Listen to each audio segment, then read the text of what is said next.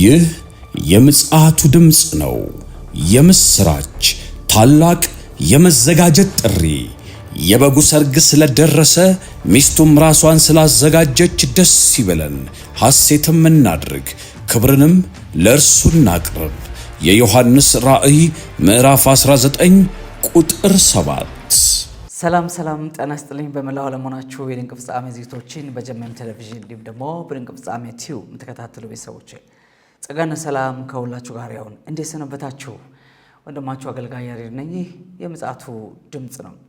በዚህ አገልግሎት በዚህ ሚዲያ ከዘመን ፍጻሜ ጋር ተያይዘው ያሉ በዓለማችን ላይ የሚታዩ ምልክቶችን ማንቂያ ደወል እንዲሆኑ እናስገነዝባለን። ከእግዚአብሔር ቃል አንጻር ዘመኑን እንዋጃለን። ክብር ለእግዚአብሔር ይሁን። ዛሬ በወቅታዊ መረጃ ላይ መጥቻለሁኝ። በዛሬ ወቅታዊ መረጃ ላይ በዋናነት አንደኛ ተጀምሮ መቋጫ ባጣው በአሜሪካና እስራኤል ጥምር ጦር ኢራን ላይ እየደረሰ ያለውን ጥቃት ወይም ደግሞ ከኢራን ጋር ያለውን ጦርነት ዳሳለሁኝ። አዳዲስ መረጃዎችን ሰጣችኋለሁ። በመቀጠል ባለፈው 2025 በፈረንጆች ሴፕቴምበር ላይ ኢየሱስ ክርስቶስ ቤተክርስቲያን ለመውሰድ ወይም ለንጥቀት ሊመጣ ነው ብሎ ትንቢት የተናገረው የሳውዝ አፍሪካ የደቡብ አፍሪካውን ፓስተር ጆሹዋ ጉዳይ ይዤላችኋለሁ። ቀኑ ተለውጧል፣ አዲስ ቀን ጌታ ሰጥቶኛል ብሎ ወደ ህዝብ ወደ ሚዲያ ወጥቷል ማለት ነው። ስለዚህ ስለ ፓስተር ጆሹዋ ትንታኔ እነግራችኋለሁ ማለት ነው። እንደተለመደው እንግዲህ ድንቅ ፍጻሜን እባካችሁ ሚዲያውን አብረን እናሳድገው። ሰብስክራይብ፣ ላይክ፣ ሼር ማድረግ እንዳትረሱ። አጠገባችሁ ላሉ ወገኖቻችሁ ይልቁም ለቅዱሳን ሰብስክራይብ እንዲያደርጉ ሼር ላይክ እንዲያደርጉት እና በጊዜው ላይ በዘመኑ ላይ አሁናዊ መረጃዎችን ማግኘት እንዲችሉና መንቃት መነቃቃት ለጌታ ራሳቸው መቀደስ እንዲሆንላቸው እንድታሳስቡ በጌታ ፍቅር አሳስባችኋለሁ። ጸጋ ከሁላችን ጋር ይሁን። መሪዎቿን በሙሉ በእስራኤል ሚሳኤሎች የተነጠቀችው ኢራን በአሁኑ ሰዓት ማን እየመራት ያለ ይመስላችኋል?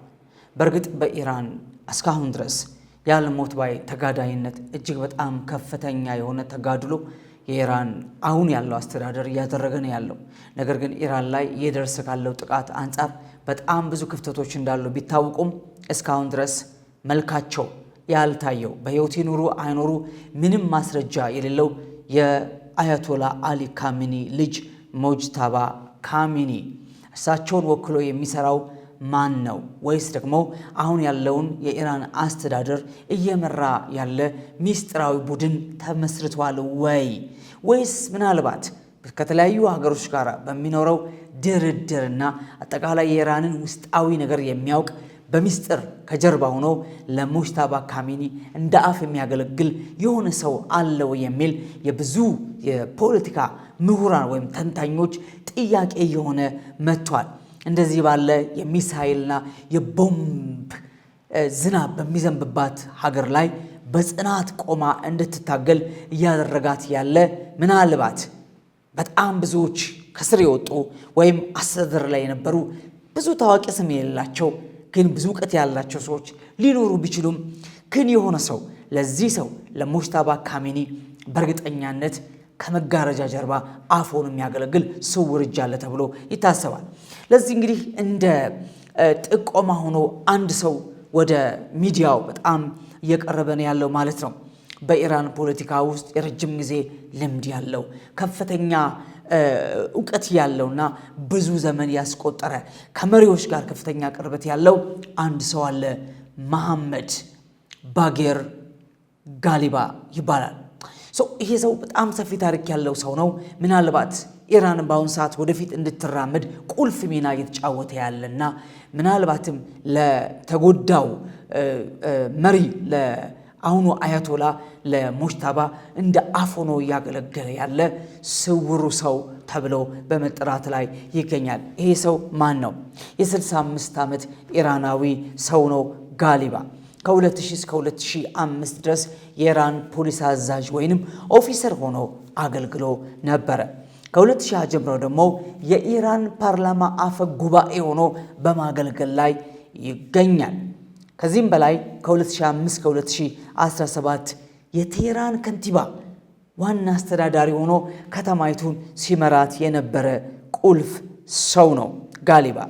እንዲሁም ደግሞ በኢራንና በዋሽንግተን መካከል ወይም በአሜሪካ መካከል ባለው የሰላም ድርድር አሁን ከፍተኛው ሚና እየተጫወተ ያለው ሰው ይሄ ሰው እንደሆነ ይገመታል። ምናልባት በቅርቡ ዶናልድ ትራምፕ አንድ ቃል ተናግረው ነበረ። ከኛ ጋር የሚደራደሩ ሰዎች በጣም ጥሩ ሰዎች ናቸው፣ ወይም መልካም የሆኑ ሰዎችን አግኝተናል፣ በጣም ብራይት ማይንድ ያላቸው ሰዎች ብለው ያደነቋቸው የኢራን ተደራዳሪዎች ነበሩ።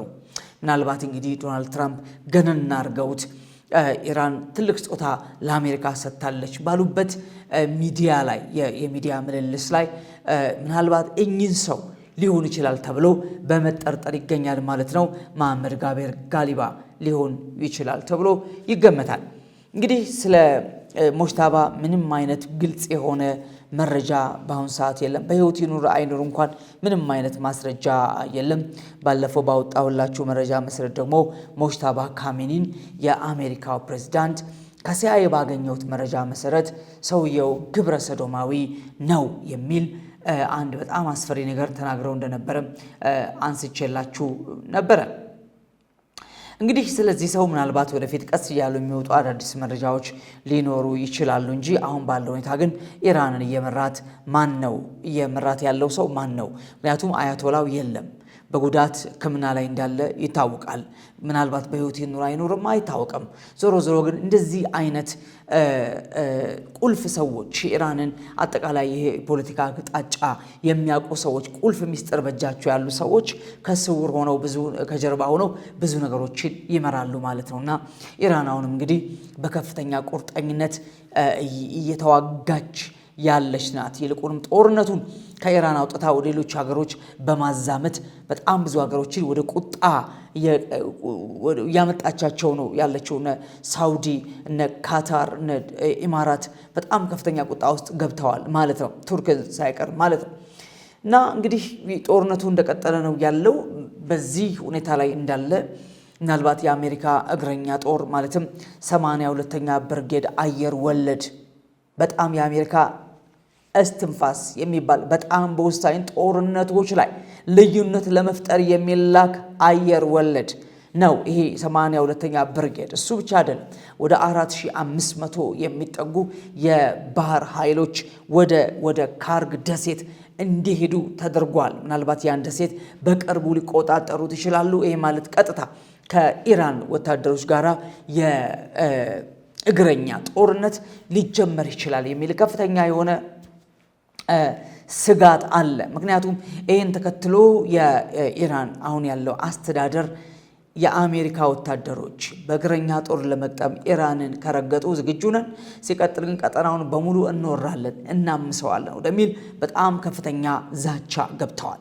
ወደ 90% የሚሆነው የኢራን ነዳጅ በዚች ካርግ ደሴት ነው የሚመላለሰውና እችን ቦታ በመያዝ የሆርሙዝ ሰርጥን ለማስለቀቅ ዶናልድ ትራምፕ ቆርጠው ተነስተዋል። ካስፈለገ ከ10,000 በላይ ወታደሮችን ወደዛ አካባቢ ለማዝመት አስበዋል። እንግዲህ ምናልባት የእግረኛው ጦርነት ቢጀመር ማን ያሸንፋል? አሜሪካ ወይስ ኢራን? አሜሪካና እስራኤል ወይስ ኢራን? ማን እንደማለት ነው። እንግዲህ ምናልባት የኢራንን የአየር ክልል ሙሉ በሙሉ ከመቆጣጠር አንጻር እንዲሁም ደግሞ ምናልባት ከዚህም ያለፈ የተለያዩ ኤሌክትሪክ መሳሪያዎችን ዲቫይስስ ወይም የጨረር መሳሪያዎችን በመጠቀም አሜሪካ ልታሸነፍ ትችል ይሆናል። ነገር ግን ኢራን ይህን ጦርነት ፊት ለፊት ለመጋፈጥ ሳይሆን ዝግጅቷ የካርግን ደሴት የሞት ቀጠና ነው ያደረገችው። ዙሪያውን በፈንጂ አጥራዋለች። እጅግ በጣም ብዙ የተደበቁ ባህር ውስጥ ያለው በጣም ብዙ ነገሮችን ቀብራለች። ስለዚህ የአሜሪካ ወታደሮች ቢመጡ ከነሱ ጋር በአካል ከመዋጋት ይልቅ እዛው ባሉበት ትራፕ የማድረግ የማጥመድና ባሉበት የማስቀረት ስትራቴጂን እንደምትከተል እየተነገረ ነው ያለው ማለት ነው። እንግዲህ ዶናልድ ትራምፕ ሆርሙዝን ማስተዳደር ያለብኝ እኔ ነኝ ወደሚል ነገር መጥተዋል። ጭራሽ ደግሞ የኢራንን ነዳጅ እፈልገዋለሁ ብለዋል ማለት ነው። ምናልባት እንግዲህ ኢራን ካሳ ፈልጋለሁ ያለችውን ያህል የአሜሪካ ፕሬዝዳንትም እንደዚሁ በጣም እጅግ በጣም ብዙ ሚሳኤሎችን ቦምቦችን ተጠቅመናል፣ ለዚህ ያወጣነው ወጪ የኢራን ዘይት እንዲሸፍን ነዳጇ በመውሰድ ማካካስ እንፈልጋለን ወደሚል አንድምታ የመጡ ይመስላል ማለት ነውና በዚህ መልኩ ጦርነቱ ከፖለቲካዊ እይታ አልፎ ወደ ኢኮኖሚ ዋር ወደ ኢኮኖሚ ጦርነት እየተሸጋገርን ያለው ይበንዲ እንዳለ እንግዲህ የኢራን ከፍተኛ የኤሌክትሪክ ማመንጫ መሰረተ ልማቶች በእስራኤልና የአሜሪካ ሚሳኤሎች ዶጋመድ ተደርገዋል። በዚህ ምክንያት ቴህራን ጨለማ ውጧታል። ኔትወርክ ከጠፋ ብዙ ጊዜው ነው።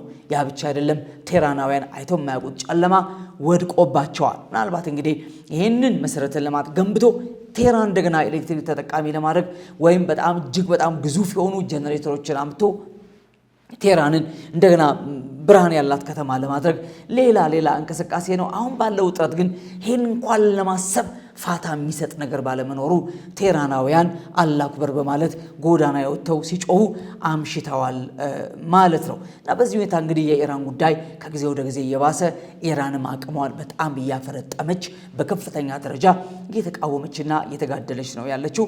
በእውነት የዚህ ነገር ፍጻሜ እጅግ በጣም የሚያጓጓ ነው። የሚያጓጓ ሴንስ ምን ሊሆን ይችላል የሚል መጠባበቅን ይፈጥራል ለማለት ነው እንጂ ያስደስታል ለማለት አይደለም። አስደሳች ጦርነት ኖሮ አያውቅም። ጦርነት ከመግደልና ከማጥፋት ውጪ ምንም ስራ የለው። በጦርነት ማንም ሰው አይደሰትም። በሃይማኖት፣ በዘር፣ በምንም በቀለም ተከፋፍሎ ማንም ስለሞተ ማንም ደስ አይለውም። የእውነት ለመናገር አሁን በዚህም ነገር ላይ መረጃዎችን ስናመጣ ከመጽሐፍ ቅዱስ ትንቢት አንጻር የጎግ ማጎግ ሰልፍ በቃ ፍጥጥ ብሎ እየመጣ እንዳለ እናውቃለን። በቃ የመጨረሻው ሰዓት ላይ እየደረሰ እንዳለ ማሳያዋ ኢራን ናት። የፋርስ መንግስት አለቃ ተነስቶ ነው ያለው። ይህን ጦርነት የሚያደርገው ሰው ብቻ አይደለም። መንፈሳዊ ዓለም ላይ እጅግ ታላቅ የሆነ ጦርነትና ሰልፍ ምናልባት እየተካሄደ ይሆናል። ዳንኤል ለ21 ቀን ሲጾምና ሲጸልይ ጸሎቱ ለምን ተዘገየ በማያውቅበት ሁኔታ፣ በሚያስገርም ሁኔታ ሰማይ ላይ ግን ገብርኤል ከፋርስ መንፈስ ጋራ ይዋጋ ነበር። ከፋርስ መንግስት አለቃ መንፈስ ጋራ ይዋጋ ነበርና ያ ጊዜ ትንቢታዊ ነው። አሁን እየሆነ ያለ ይመስላል ነገሩ። ሁሌም ቁሳዊ ዓለም ላይ የምናያቸው በጣም ብዙ ነገሮች የመንፈሳዊ ዓለም ነጸብራቅ ናቸውና ከዛ ነጸብራቅ እንደሆነ ምንም ጥርጣሬ የለውም ማለት ነው። እንግዲህ የኢራን አንድ ዩኒቨርሲቲ በመታቱ ኢራን አሁንም እንደገና በመካከለኛው ምስራቅ አጠቃላይ ገልፍ አካባቢ የሚገኙ የአሜሪካና የእስራኤል ማንኛውም ዩኒቨርሲቲ ቢሆን ሆቴል ቢሆን ተቋም ቢሆን ፋብሪካ ዋሬቨር እመታለሁ ወደሚል ዛቻ መታለች። በቀሉ እንዴት እየጨመረ እንደመጣ ዝም ብላችሁ ተመልከቱ። እንግዲህ ከዚህ ጋራ የየመን ሁቲ ወደ እስራኤል 2 ሚሳኤሎች ማስወንጨፉ ተነግሯል። በዛ በኩል ሂዝቦላ በሰሜን በኩል ሂዝቦላ ወደ እግረኛ ጦር ጭምር ገብቶ ከእስራኤል ጋር እየተዋጋ ነው ያለው። እንግዲህ እስራኤል በሁሉም አቅጣጫ ጦርነት ተረስቶባታል። ይህንን እየመከተች እየተዋጋች ነው ያለችው። ነገሩ ከጊዜ ወደ ጊዜ እየከፋ መጥቷል። ሐማስ ነው እንግዲህ እስካሁን ድረስ በጸጥታ ሁኔታውን እየተመለከተ ያለው። ምናልባት እንግዲህ ሐማስ የሚገባበት ሁኔታ ደግሞ ከተፈጠረ ሌላ ውጥረት ነው የሚፈጠረው ማለት ነው።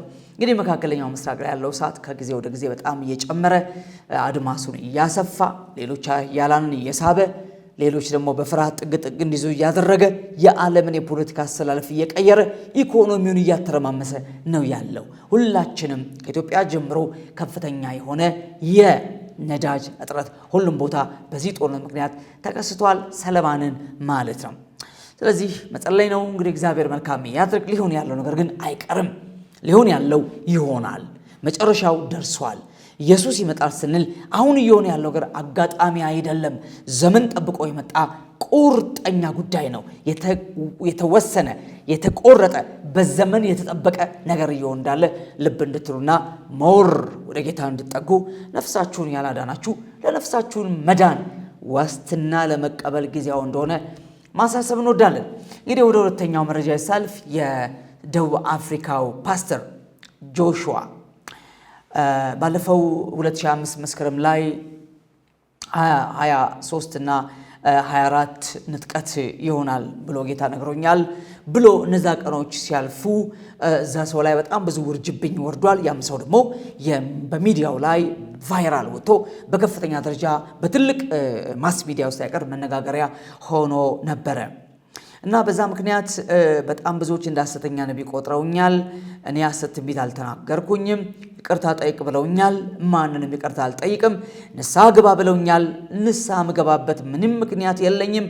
ራሱ ጌታ ተገልጦ የነገረኝን የተናገርኩት። ግን ያ ትንቢት ለምን አልተፈጸመም ከተባለ አለ ጆሹዋ ባለፉት 6 ወራት የንስሐ ጊዜ ነው የተሰጠን አለ። ለንስሐ ጊዜ የተሰጠን። ስለዚህ ባለፈው ዓመት ሮሽ ሃሻና ወይም ፊስት ኦፍ ትራምፔት የመለከት በዓል ላይ ንጥቀት ይሆናል ብሎ ነበረ መስከረም 23 እና 24 በ2025። አሁን ደግሞ ጌታ ድጋሜ ተገልጦ 6 ወር የንስሐ ጊዜ ሰጥቻችኋለሁ አልቋል። አሁን ደግሞ በአይሁድ ፓስ ኦቨር ወይም ፋሲካ ላይ ነው ንጥቀት የሚሆነው ብሎኛል ብሎ ተናግሯል። እንግዲህ በዘጸአት 12 መሰረት እስራኤል የፋሲካውን በግ ያረዱት ኒሳን 14 ላይ ነው።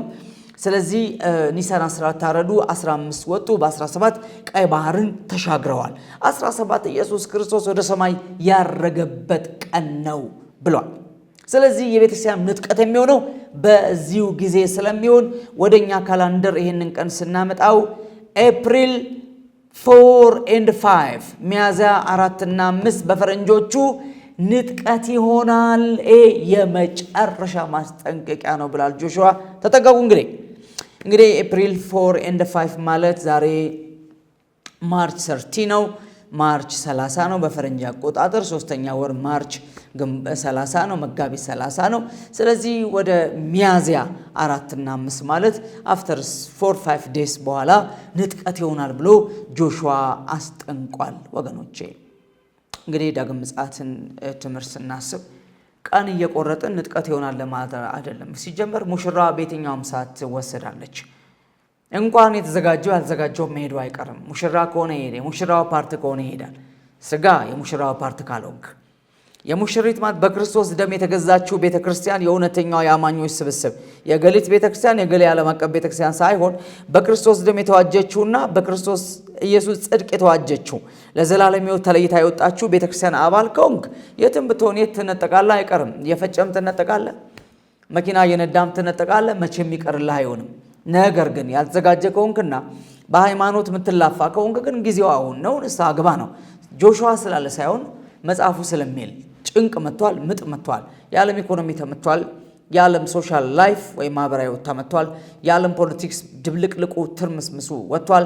ዓለም ላይ ያለው ቴክኖሎጂ አርቲፊሻል ኢንተለጀንስ ሮቦቶችን ጨምሮ የመጨረሻው ከባድ ስጋት ላይ ደርሶ ነው ያለው። መንፈሳዊ ቀውስ ውስጥ ገብተን ነው ያለነው። ሁሉም ነገር ወደ ከነበረበት እጅግ በጣም ርቆ አፈንግጦ እየወጣ ያለበት ከባድ ጊዜ ላይ ያለነውና ይሄ ዘመን ወደ እግዚአብሔር ለመጠጋትና ንስሐ ለመግባት በእርግጥ የክርስቶስ መሆናችን ለማረጋገጥ ፋታ የሚሰጠን ካልሆነ ሌላው ነገር ብዙ ትርጉም ያለው አይመስለኝም። የሚያማምሩ ህንፃዎች በደቂቃ ዶጋምር ሲሆኑ እያየን ነው በቴሌቪዥን። የሚያማምሩ ቤቶች፣ የሚያማምሩ ሰዎች ገና ልጅነታቸውን ያልጠገቡ ሲወድቁ እያየን ያለነው። ይሄ ለየትኛውም ሀገር ነገ ቢቀር አይደለም። ወደ እግዚአብሔር ለመመለስ ጊዜዋን ነው። ኢየሱስ ክርስቶስ ይመጣል፣ በደጅ ነው። ንስሐ እንግባ፣ እንመለስ። ጌታ ኢየሱስ ክርስቶስ ጌታ ነው። ማራናታ። አገልግሎቱን ለመደገፍ ለምትሹ በኢትዮጵያ ንግድ ባንክ መሳያ ፎር ኦል ኢንተርናሽናል ሚኒስትሪ የባንክ አካውንት ቁጥር 1046 31 29 65 8 ኢየሱስ እንደተናገረው በቶሎ ይመጣል። መሳያ ፎር ኦል ኢንተርናሽናል ሚኒስትሪ